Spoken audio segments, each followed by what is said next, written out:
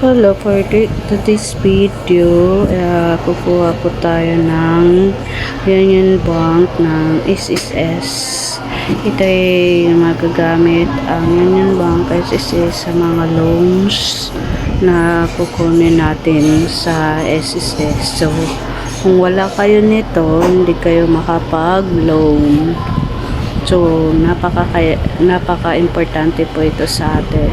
So, makukuha nyo po ang Union Bank cash card or ATM sa outlet kung saan sila pwedeng maglagay doon.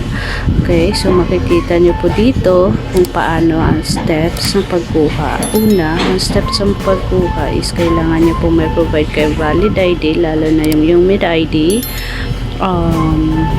another valid ID, firma kayo dun ng form, fill up lang po na maayos yung form para wala pong